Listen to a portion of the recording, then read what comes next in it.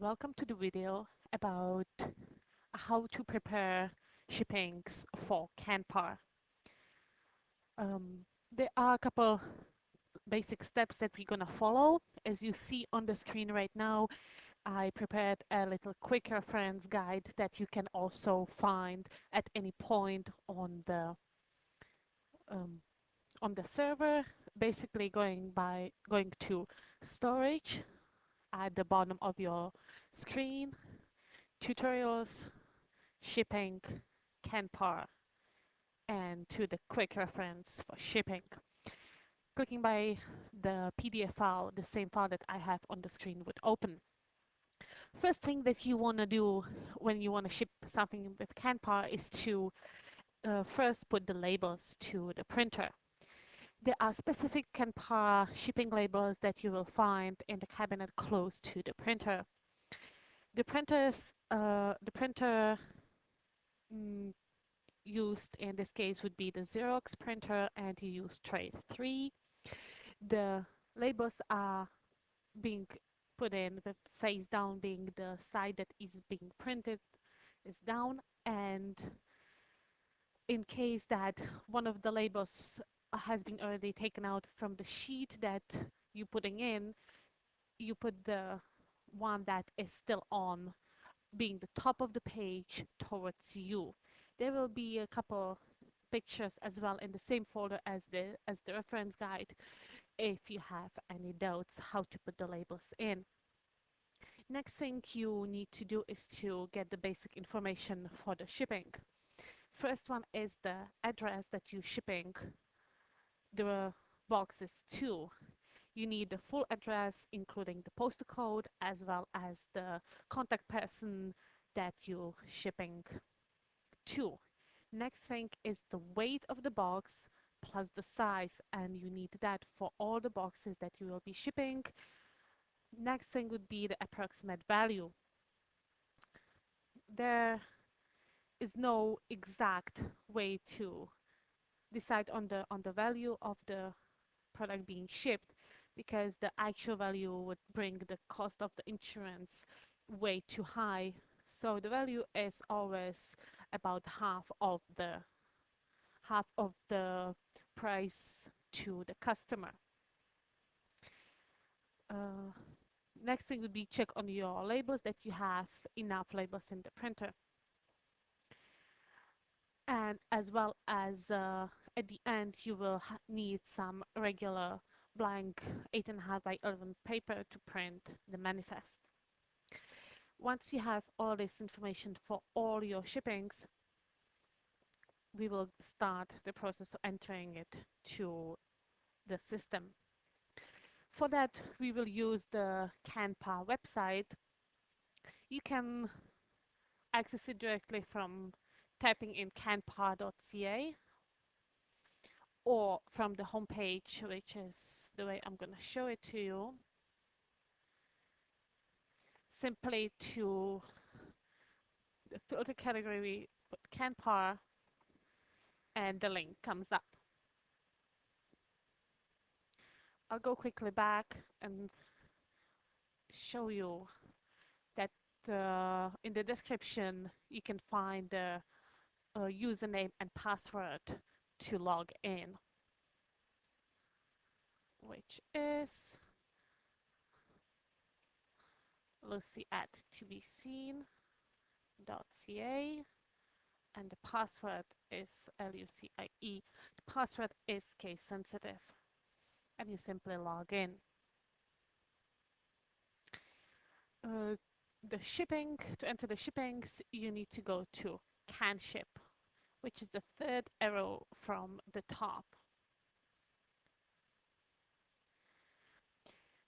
First thing that we need to enter, as I mentioned earlier, first piece of information is the address of the place where we're shipping the products to.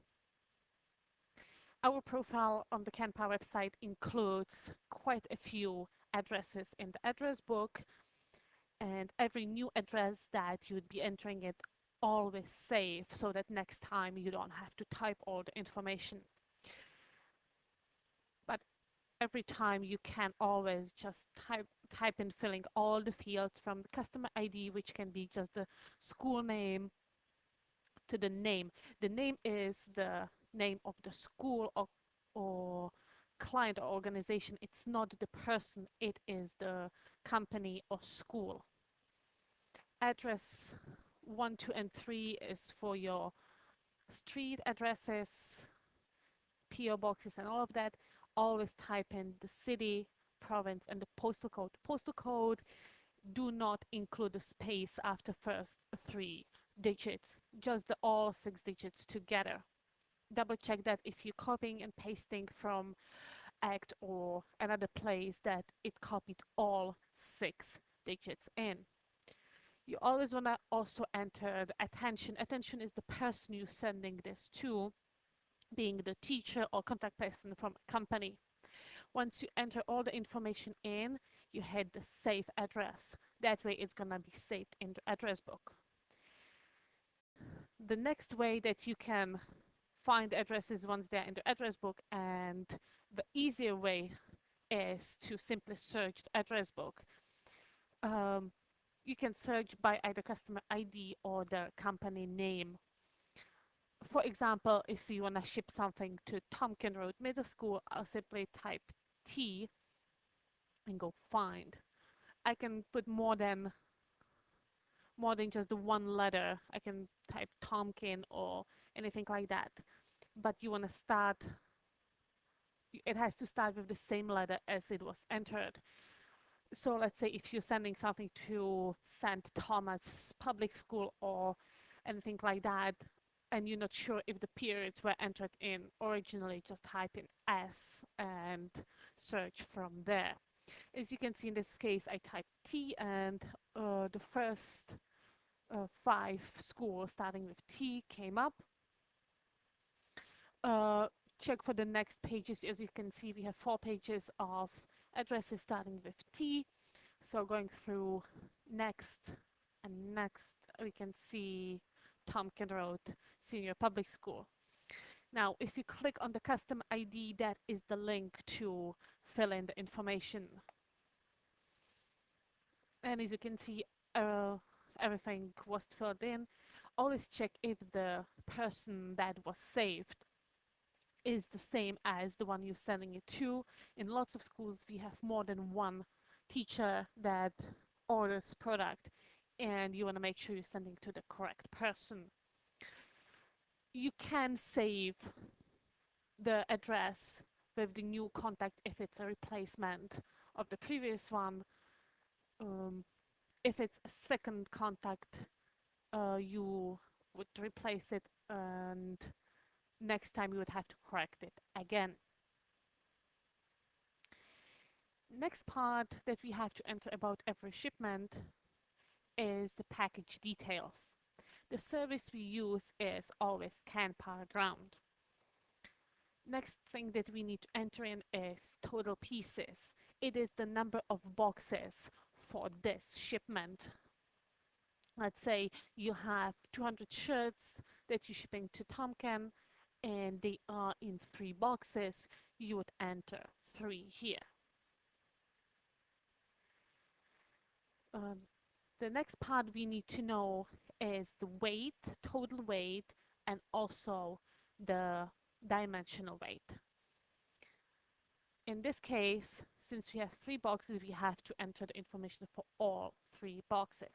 Clicking to the piece weight dimensions tab, you see that we have now space for 3 boxes to select, and you would enter the weight for each of them. For example, 20,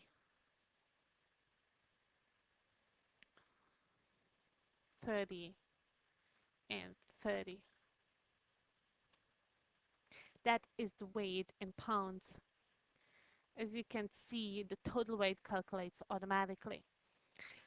Also, the size of the boxes is something that you should be filling in.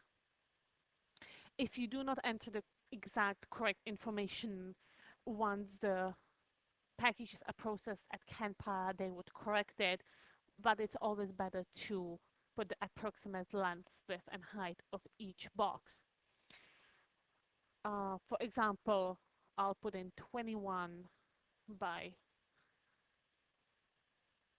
15 by 8.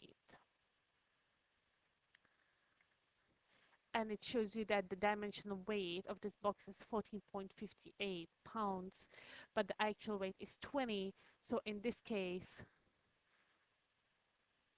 the box would be counted as 20. If the dimensional weight was higher than the dimensional weight would count.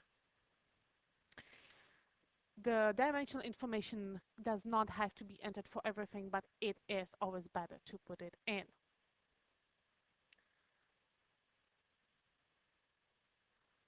Next part that we need to look at is the declared value, which is the value of the whole order being all boxes together. As I mentioned before, it should be approximately half of the invoice being sent to the customer. The declared value should be in the multiples of $80. With every $80 added to the declared value, the charge for the extra insurance goes up. So always enter the multiples of 80 being 80, 160, 240, and so on. Next part is printing the actual label.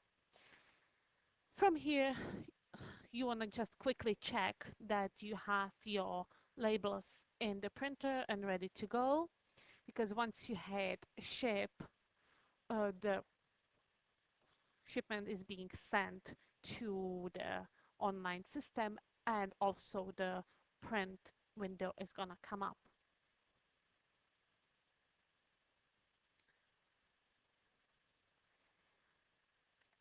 As you can see, you can select the printer you're going to be sending it to. As I said, the Xerox is the one we'll be using, and you want to check the preferences that you have to make sure that it's going to get printed in the same tray where you have the labels. As we said, tray 3 with the labels face down. So I would select tray 3, and 8.5 by 11 should be the size, and simply hit OK.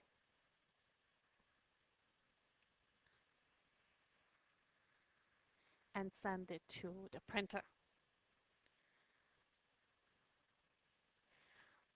You also notice that the information about the shipment has disappeared, which also means that the label cannot be reprinted. The labels are not saved anywhere within the system and they cannot be reprinted. So be careful that you do have the labels printed properly. In case, for whatever reason, the printer gets stuck and doesn't print the labels correctly, you have to void the shipping and enter it again. Another way is to print your labels into a PDF and save that, but that's just a longer way to go, and it does not have to be done if you have your labels put into the printer correctly. In 99%, you're gonna get your labels printed correctly. From here, we can enter the next shipping, let's say the next school or company that you would be sending your product to. Basically, would repeat the same steps from entering the address, package details, and the value. Once you are done with all the shippings, we need to print the summary of all of them for two reasons: for you to see and check that you have all of them entered in the system and recorded properly, and also you need a printed copy to attach with the boxes for the CANPAR driver to pick up. First thing that you want to do is to view current shipments. As you can see, go on the top to view current shipments, and it's going to show you the list of the ones that we entered. In case you need to void any shipments, you do it here as well by simply taking off the void field, as I did here in this case, and then you hit the tab void. As you can see, it disabled the void field next to the shipment, which means it's going to be deleted from the online system. And next time you would log into the CANPAR account, the shipment would disappear. From here, when you see that all your shipments were entered correctly, you simply go to print manifest. At this point, you want to have just a regular plain 8.5 by 11 paper in the printer. You just see that it's for today's date and go to print manifest. And again, you can select your printer and the printing preferences and hit OK and send it to the print. If the shipment's being dropped off at the CANPAR depot and not picked up by the CANPAR driver, you print 2 copies of the manifest. Otherwise, just 1 copy is fine if the driver is picking up the shipments. And that's it for how to create shipments with CANPAR.